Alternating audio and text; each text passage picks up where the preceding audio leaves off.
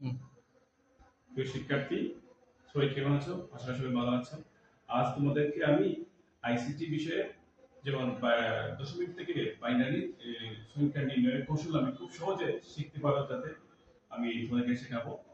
চলো আমরা একটা সংখ্যা লিখি, যেমন হচ্ছে দশমিকে 27।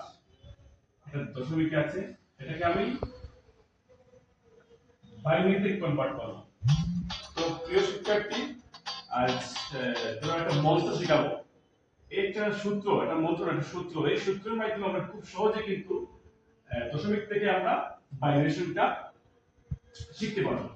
তো আমরা এই সূত্র মুখস্থ করতে হবে। যেমন হচ্ছে 1, 1 এর ডবল হচ্ছে 2, 2 এর ডবল হচ্ছে 4, 4 এর ডবল হচ্ছে 8 এবং 8 এর ডবল হচ্ছে 16, 16 এর ডবল হচ্ছে 32। শেষ। আমরা কিন্তু দশমিক সংখ্যাটা হচ্ছে 27।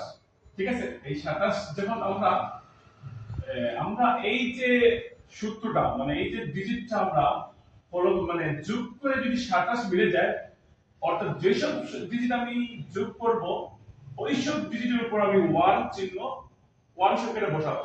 যেমন হচ্ছে আমাদের 27 মিলতে হবে। যেমন হচ্ছে 16, 16 প্লাস 8, 16 প্লাস 8 প্লাস 2 প্লাস 1, এইসব যোগ করে আমার কত হয়ে যাচ্ছে? 27 হয়ে যাচ্ছে। তখন আমি এই সংখ্যা থেকে পরবর্তী সংখ্যাগুলো, যেসব সংখ্যা আমার প্রয়োজন হয়নি সেসব সংখ্যাতে আমি জিরো বসাতে পারবো। যেমন ধরেন আমার 4 কিন্তু প্রয়োজন হয়নি, তাই আমি 4 এর উপর জিরো দিলাম।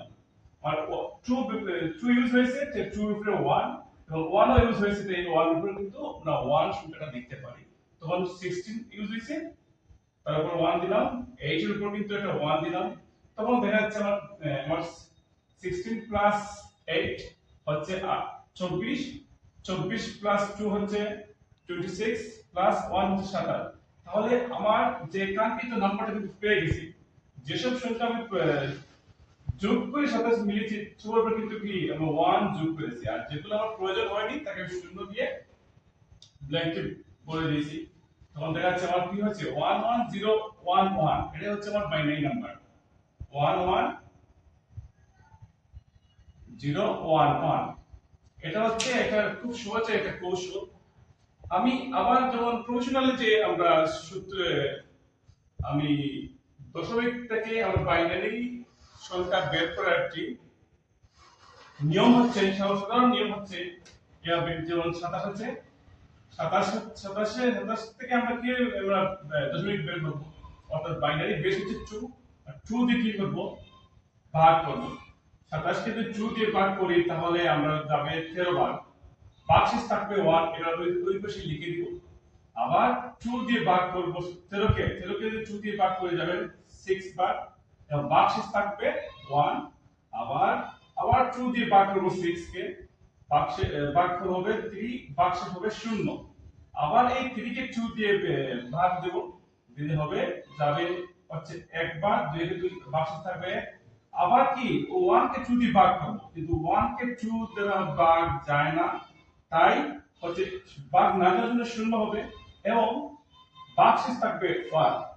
তাই এজন্য আমরা সর্বশেষ যদি 0 হয়ে যায় আর ভাগ দেওয়া লাগবে না।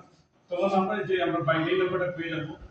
এইভাবে এটা হচ্ছে মোস্ট, ই1টা হচ্ছে মোস্ট সিগনিফিকেন্ট বাইট, আর এটা হচ্ছে ই1 হচ্ছে লেন্স সিগনিফিকেন্ট বাইট। তাহলে 11011 এই পদ্ধতিতে কিন্তু আমরা কি করতে পারবো? 11011, 11011 এই কৌশলে কিন্তু আমরা দুইভাবে কিন্তু কি করতে পারি? বাইনারি সংখ্যাটা বের করতে পারি।